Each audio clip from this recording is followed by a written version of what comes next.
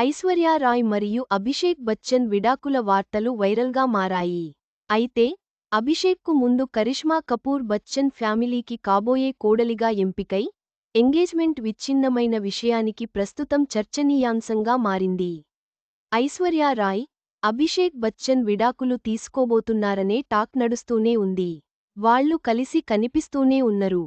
Functions, ఈవెంట్స్లో enjoy చేస్తూ, సెల్ఫీలు తీసుకుంటూ రూమర్స్కు చెక్ పెడుతూనే ఉన్నరు.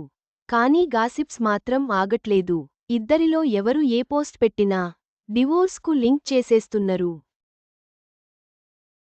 అయితే ఈ విడాకుల కథ ఇలా కొనసాగుతూనే ఉండగా, అసలు ఐశ్వర్య కన్నా ముందు ఓ స్టార్ హీరోయిన్ బచ్చన్ ఫ్యామిలీకి కోడలిగా సెలెక్ట్ అయిందనే విషయానికి ప్రస్తుతం మళ్లీ వైరల్ అవుతోంది. అవును, ఆ టైంలో స్టార్ హీరోయిన్గా కొనసాగిన కరిష్మా కపూర్ అభిషేక్ బచ్చన్ను లవ్ చేసింది. వీరి 5 ఏళ్ల ప్రేమాయణం తర్వాత చివరకు ఎంగేజ్మెంట్ కూడా చేసుకున్నారు. పెళ్లి డేట్ ఫిక్స్ అయ్యే లోపే ఏం జరిగిందో ఏమో తెలియదు కానీ నెల రోజులలోపే ఎంగేజ్మెంట్ బ్రేక్ చేసుకుంది బచ్చన్ ఫ్యామిలీ. దీంతో డిప్రెషన్లోకి వెళ్లిపోయిన కరిష్మా దాని నుంచి బయటపడేందుకు చాలా టైం తీసుకున్నట్లు ఓ ఇంటర్వ్యూలో చెప్పుకుని బాధపడింది.